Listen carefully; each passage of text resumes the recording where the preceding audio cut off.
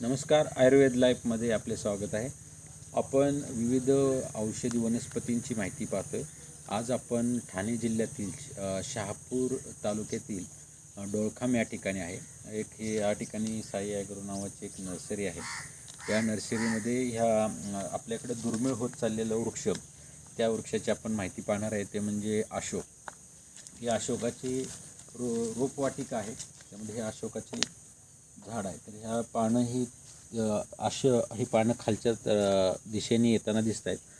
तर अशोकाबद्दल तुम्हाला माहिती सांगतो की अशोकाचे दोन प्रकार सर्वसामान्यपणे आहेत. एक खरा अशोक आणि खोटा अशोक.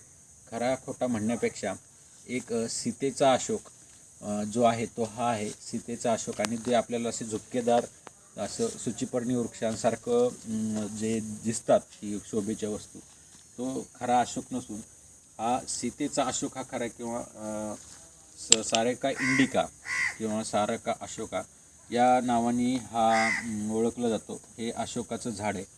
नावानुसारच ह्या झाडांची पाने खालच्या दिशेने जात आहेत.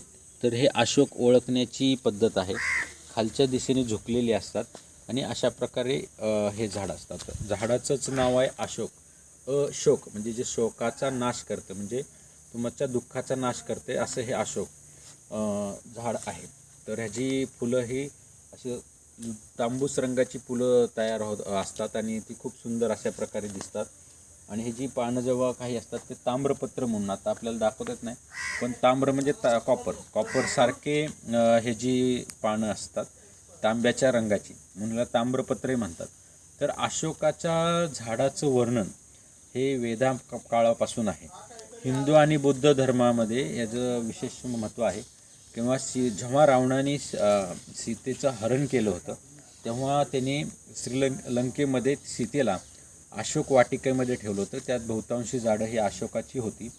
आणि त्यांचं शोक निर्हरण करण्यासाठी, म्हणजे त्यांना होणारा जो त्रास आहे तो करण्यासाठी अशोक वाटिकेत ठेवलं होतं. कारण त्या विरह झाला होता त्यांना, रामापासून आपण वेगळे झाले होते, त्यामुळे अशोक वाटिकेत ठेवले होते. आणि तसेच बुद्ध धर्मामध्ये गौतम बुद्धांचा जन्म या वृक्षाच्या खाली झाला आहे असं एक म्हटलं जातं.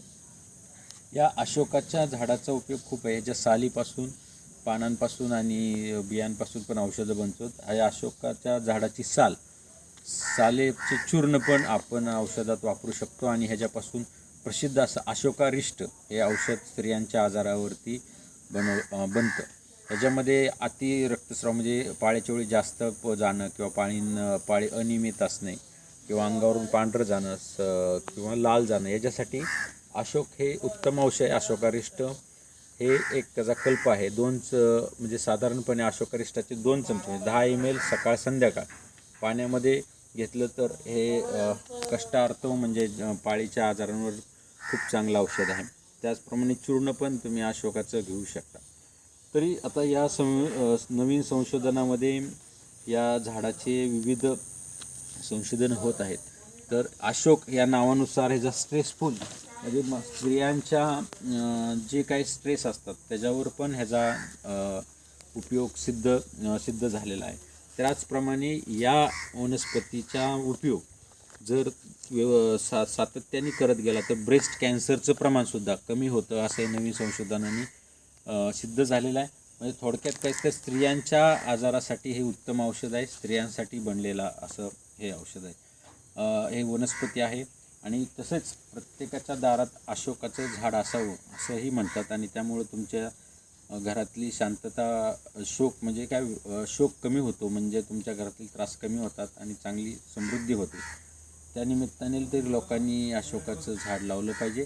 आणि आपली जी दुर्मिळ वनस्पती आहे, जी नष्ट होत चाललेली आहे, ती आपण तिचं संवर्धन करू शकतो. अशाच विविध वनस्पती घेऊन आम्ही तुमच्याकडे येणार आहे. त्यासाठी आमच्या आयुर्वेद लाईफ या चॅनलला सबस्क्राईब करा. धन्यवाद.